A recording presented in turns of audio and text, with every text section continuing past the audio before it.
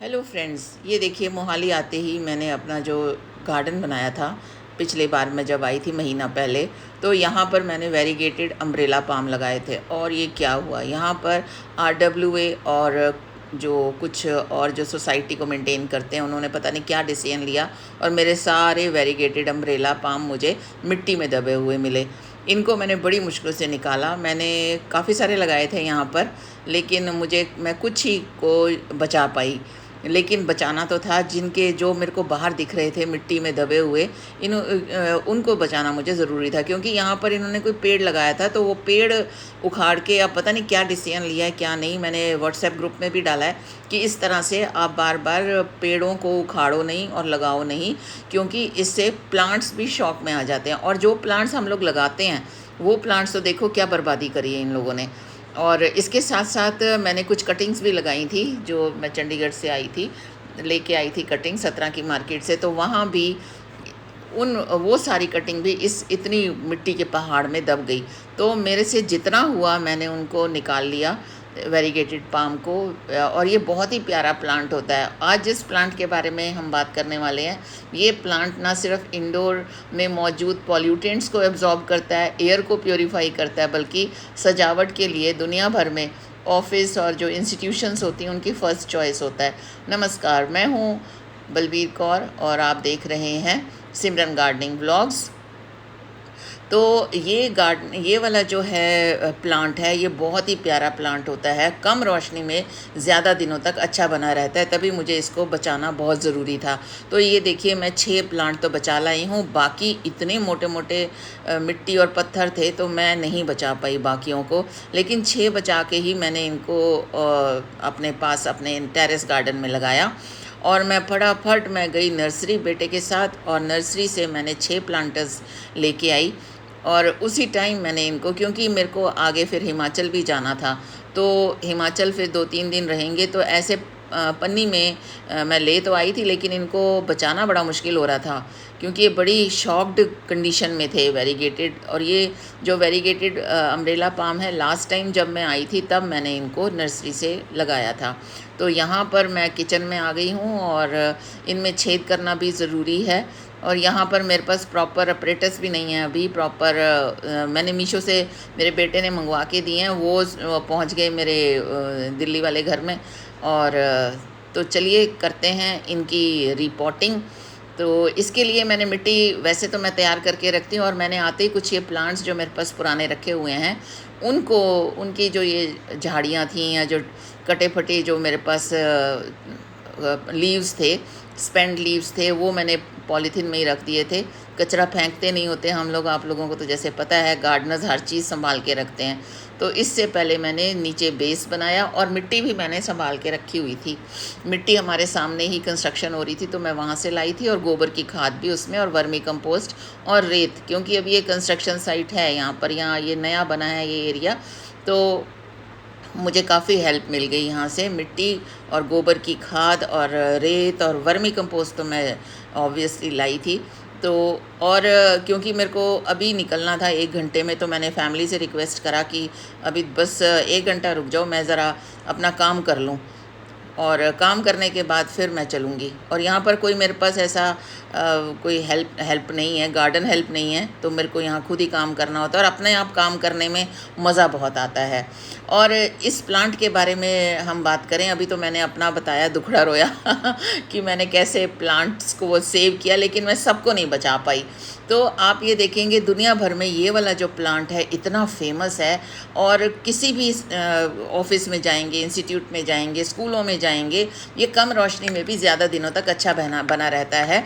और ये indoor plant है, और इंडोर प्लांट ये बहुत ही पसंद किया जाता है इंडोर प्लांट के रूप में, क्योंकि ये एयर प्योरीफायर भी है और पॉल्यूटेंट ऑब्जर्वेंट भी है, और देखने में बड़ा अच्छा लगता है, ये ऑर्नामेंटल लुक देता है। तो इसके लीव्स भी तो हैं, इनकी फॉइलेज बड़ी सुंदर होती हैं, लीव्स की बहुत ही खूबसूरत होता है।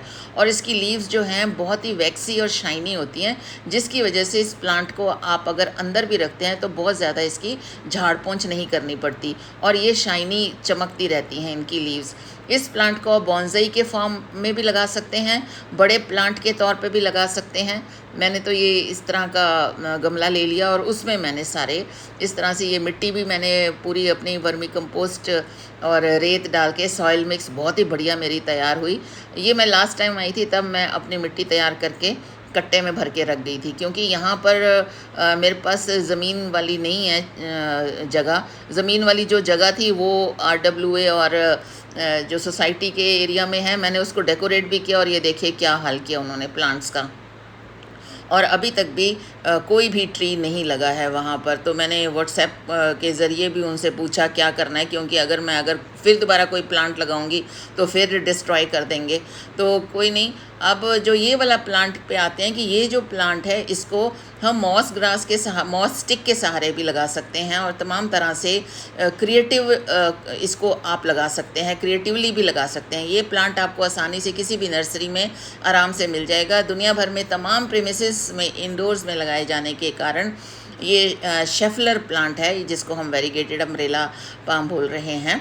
तो ये बहुत ही अच्छे से मेंटेन रहता है और इसकी जो पत्तियां होती हैं वो 7 और 9 के विन्यास में पाई जाती हैं और बहुत ही ज़्यादा विजुअली अपीलिंग होती है। इसलिए मैंने इनको अपने गार्डन में नीचे जो लगाया था। इनकी बहुत सारी वैरायटीज़ अवेलेबल होती हैं, वेरीगेटेड, नॉन वेरीगेटेड, छोटी पत्तियों वाले, बड़ी पत्तियों वाले। मॉस्टिक पे भी ये सब लगाए जा सकते हैं। और ब्राइट इनडायरेक्ट सनलाइट की ज़रूरत होती है और 4-5 घंटे की इनडायरेक्ट सनलाइट इसके लिए काफ़ी होती है। उससे कम लाइट वाले आउटडोर्स में भी आप इसको रख सकते हैं, यानी कि आप उन एरियाज़ में भी इसको रख सकते हैं जहाँ लाइट कम आती है। इसको लगाते हैं तो इसकी थोड़ी सी केयर बस यही करनी होती है। प्लांट अगर काफ़ी लंबे समय तक आपने मेंटेन करना है तो आप बात करते हैं इसकी वाटरिंग की। ये एक ऐसा प्लांट है जिसमें मॉडरेट वाटरिंग पसंद है इसको, यानी कि आपको बहुत पानी देने की आवश्यकता नहीं है।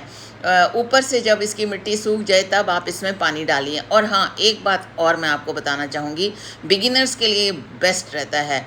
जो जॉब करते हैं, जिनके पास बहुत ज़्यादा टाइम नहीं है प्लांट्स को देखने का, तो बिगिनर्स के लिए तो ये बेस्ट रहता है। और बारिश के दिनों में अगर लगातार हो रही बरसात में ये ध्यान रखना होता है कि इसके पॉट में पानी ना रुके। पर यहाँ तो मेरे पास टेरेस है और छत बनी हुई है, तो इसलिए यहाँ इतना ज़्यादा पानी नहीं आता। हाँ, डायरेक्ट देखिए, आप देख रहे हैं शाम का टाइम है, डायरेक्ट धूप आ रही है यहाँ पर, तो मैं इसको छाँव में ही रखूँगी जहाँ पर कि इसको इनडायरेक्ट धूप मिले। और क्योंकि अगर आप ज़्यादा पानी डालेंगे इसमें तो, और ख़ासकर सर्दियों में इसका ध्यान रखना होता है। तो अभी काफ़ी लंबा काम था तो मैं अपना स्टूल अंदर से उठा ली, क्योंकि इतनी देर बैठना भी घुटनों के बाहर अच्छा नहीं होता। कहते हैं कि खून रुकता है। हमारे मम्मी और हमारे जो बड़े घर के कहते थे कि ज़्यादा देर बैठना नहीं चाहिए घुटनों के बल। तो आप भी ध्यान रखा कीजिए कि जब भी आप गार्डन का काम कर रहे हों आप स्टूल या मूड़ा लेके बैठिए, जिससे कि बहुत ज़्यादा ज़ोर आपके टांगों पर या घुटनों पर ना पड़े। तो अब आते हैं अपने यहाँ पर ड्रेनिंग सिस्टम पर, कि इसकी वेल ड्रेन्ड मिट्टी होनी चाहिए। और थोड़े से अगर आप इसमें कुछ इस तरह से जैसे कुछ वो डालेंगे, रेत वगैरह डालेंगे, तो इसका पानी रुकेगा नहीं प्लांटर में। बस हमें मेन ये देखना है कि देखिए कितना हेल्दी प्लांट है जो मैं बचा के लाई हूँ। इतने हेल्दी प्लांट को, और ये तो मैं आ गई, अगर ना आती तो ये मर चले थे। ये तो कोई देखता भी ना, कोई परवाह भी ना करता। ये तो मैंने खुद लगाए थे और मैं शाम को पहुँची, मैंने कहा ये क्या हुआ, मेरा गार्डन कहाँ गया। मैंने छोटा सा गार्डन जो नीचे तैयार किया था। तो यही होता है सोसाइटीज़ में, बिना बताए बिना कहे, और मज़दूरों को लगा देते हैं, लेबर को। उनको क्या पता, लेबर को क्या पता है कि कौन सा प्लांट बचाना है कौन सा नहीं बचाना। उन्होंने तो सीधा खड्डा करना है और आसपास। मैंने कहा भी सही, लेबर जो लगी हुई थी, मैंने कहा तुमने सारे प्लांट्स बर्बाद कर दिए हैं। तो कहता है वो हमारा ज़िम्मा नहीं है, हमें तो खड्डा खोदने को कहा गया था। बताओ ये कोई बात हुई। तो चलो कोई नहीं, अब इसमें हम क्या कर सकते हैं। तो इसमें मॉस ग्रास, मल्चिंग के टाइम पे बहुत ज़्यादा गर्मी होती है तो मल्चिंग के टाइम भी इनके मॉस ग्रास ऊपर लगा सकते हैं। तो अब साफ़ सफाई का टाइम, सारे गमले मैंने भर दिए, प्लांटर्स सारे मेरे भर गए हैं, मैंने प्लांट भी लगा दिए हैं। और यहाँ मैंने जैसे आपको बताया कि गार्डन हेल्प यहाँ मेरे पास अभी नहीं है। और अभी क्या करनी है, थोड़ी सी जगह है, छोटा सा टेरेस है, तो उसमें मैं खुद ही कर सकती हूँ। इतना तो हम कर ही सकते हैं, है ना। तो और मेरी एब्सेंस में तो यहाँ पर बेटे को मैंने कहा हुआ है तो वो भी पानी पूनी दे देता है। बाकी हमने खाद तो हमने इसमें 1 महीने बाद ही डालनी होती है। अब ये देखिए सज गए मेरे वेरीगेटेड अम्ब्रेला पाम, प्यारे प्यारे। तो अब जब ये लग गए हैं तो इसमें थोड़ा थोड़ा पानी भी देना है, क्योंकि मैं अभी जा रही हूँ हिमाचल, हम 2-3 दिन बाद आएंगे। तो बस ये जब तक सही रहेंगे, और यहाँ डायरेक्ट धूप नहीं आ रही है, इनडायरेक्ट सनलाइट आएगी। अब इसे डायरेक्ट गर्म हवा से भी बचाना, तेज़ धूप से भी बचाना है, क्योंकि इसकी पत्तियाँ तेज़ धूप में बर्न होने लगती हैं। इसलिए आप कोशिश करिए कि प्रेफरेबली आप इसको नॉर्थ में रखिए, या फिर अगर आप और दिशाओं में रख रहे हैं तो ऐसी बालकनी में, ऐसे एरिया में रखें जहाँ पर डायरेक्ट सनलाइट ना आती हो। तो यहाँ मेरे पास बस ढलती धूप आएगी और सारा दिन ये छाँव में ही रहेंगे, और पत्तियों पर सीधी धूप नहीं पड़नी चाहिए, क्योंकि उनके मरने के चांसेस ना हों। ये प्लांट घर के अंदर लंबे समय तक फ्रेश बना रहता है, और घर की सजावट में आप इसको यूज़ कर सकते हैं। इस प्लांट की तमाम वैरायटी आती हैं, खास करके छोटी वैरायटी आप ट्रे गार्डन या बॉन्साई की तरह भी आप इसको लगा सकते हैं।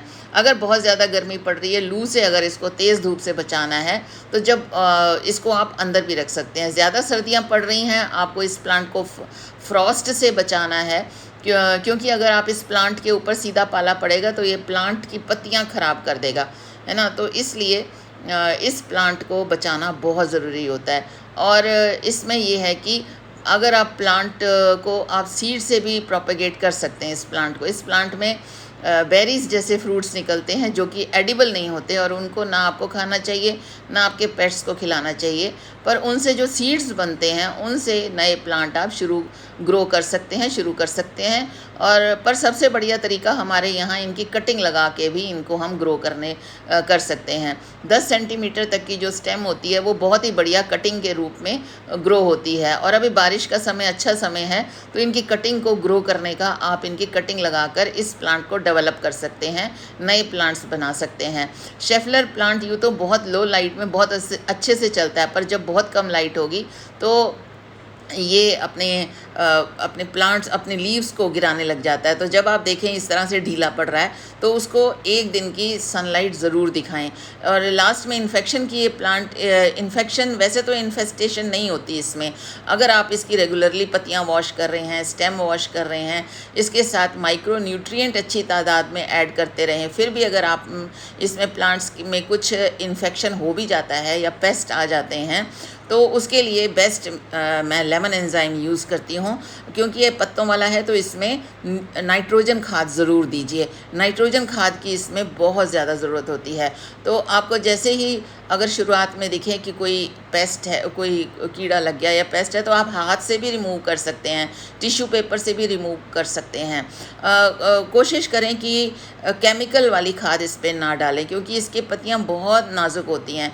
मेरा ये विश्वास है कि 2 चीज़ें अगर आप करते रहें, एक तो माइक्रो न्यूट्रिएंट लगातार टाइम टू टाइम ऐड करते रहें, ताकि प्लांट बहुत हेल्दी रहे और उस पर कोई भी इन्फेस्ट या कोई भी पेस्ट अटैक ना हो। तो दूसरी चीज़, प्लांट को time to time sunny days में उनको अच्छे से वॉश कर देना होता है।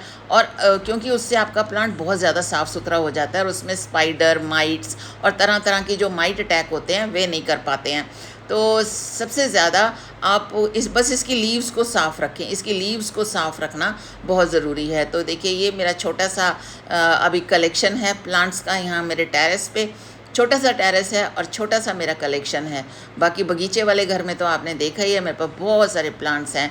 तो आप सबको ये देखिए कैसा लग रहा है। यहाँ पर मैंने बोगनविलिया लगाए हुए हैं। ये लास्ट टाइम मैं नर्सरी गई थी और मैंने आपके साथ शेयर भी किया था। ये है हिबिस्कस, इसमें भी अच्छे कलियाँ आनी शुरू हो गई हैं। ये एरिका पाम, और साथ में देखिए ये हरा डोंगा जो रखा है ना नीचे, उसमें मैंने ये फलों और सब्जियों के छिलके रखे हुए हैं, और मैंने अपना लिक्विड फर्टिलाइज़र बनाना शुरू कर दिया है। यहाँ आते ही मैं ऐसे ही करती हूँ, लिक्विड फर्टिलाइज़र बनाना शुरू कर देती हूँ, क्योंकि 1 महीने बाद ही आती हूँ यहाँ, तो 1 महीना हो जाता है इनको खाद दिए हुए। और ये देखिए यहाँ पर ये इनके पफ्स भी आने लग गए स्पाइडर के। और ये मेरी ट्रे गार्डन, बड़ा सुंदर ट्रे गार्डन भी अच्छा ग्रीन हो रखा है, बड़े हेल्दी हो रखे हैं प्लांट्स। और ये देखिए यहाँ पर गिलोय तो अमरबेल होती है, तो इसकी भी शूट आनी शुरू हो गई है। और ये देखिए कड़ी पत्ता, मैं इतनी हैरान थी कि कड़ी पत्ता मेरा ख़राब हो गया था, लेकिन अब इसकी जड़ में से ही एक और नया पौधा निकल आया। तो बहुत मुझे अच्छा लगा कि हे भगवान ने ही मेरा बचाया ये वाला प्लांट। और ये वेरीगेटेड देखिए कितने प्यारे लग रहे हैं। अब ये बिल्कुल स्वस्थ हैं और मैं 2 दिन इनको छोड़ के जाऊँगी, और जब भी मैं प्लांट्स को छोड़ के जाती हूँ तो उनको टाटा बाय बाय ज़रूर करती हूँ कि फिर मिलेंगे आकर, और ध्यान रखूँगी तुम्हारा, तुम भी अपना ध्यान अपने आप रखना। तो ये एक हमारी प्लांट्स के साथ बातें और एक रेजोनेशन होती है, प्लांट्स के साथ कनेक्टिविटी हमारी रहती है। पता नहीं, मुझे तो यही लगता है, मैं तो खूब प्लांट्स के साथ बातें करती हूँ। और अगर आपको भी लगता हो तो आप ज़रूर मुझे कमेंट्स में बताना कि आपको क्या प्लांट्स के साथ बातें करने पर आपको अच्छा लगता है। मुझे तो बहुत ही अच्छा लगता है प्लांट्स के साथ बातें करना। तो जिन लोगों ने अभी तक मेरा चैनल को सब्सक्राइब नहीं किया है, मेरी रिक्वेस्ट है मेरे चैनल को सब्सक्राइब करें और बेल आइकन ज़रूर प्रेस कर दें, ताकि जो भी मैं अपडेट करूं वह आप तक पहुंचे। वीडियो अगर पसंद आती है तो उनको लाइक ज़रूर किया करें, क्योंकि लाइक करने से वीडियोस की रीच बढ़ती है, वो ज़्यादा लोगों तक पहुंचते हैं। और इसके अलावा मैं रिलेटेड गार्डनिंग के जो इंटरेस्ट रखते हैं तो आप इस मेरे वीडियो के लिंक को भी फॉरवर्ड कर सकते हैं। और जहाँ जहाँ मैं जाती हूँ वहाँ पर, जिस जिस जगह जाती हूँ वहाँ की प्लांटेशन आपके साथ ज़रूर शेयर करती हूँ। तो 3 जगह है मेरी जाने की। हरियाणा में हम रहते हैं, पंजाब में भी आती हूँ और हिमाचल में भी जाती हूँ। तो इन तीनों जगह की प्लांटेशन आपके साथ मैं टाइम टाइम पे जब भी जाती हूँ तो शेयर करती रहती हूँ। तो इस तरह से आप भी मुझे उत्साह दिया करें। Thank you.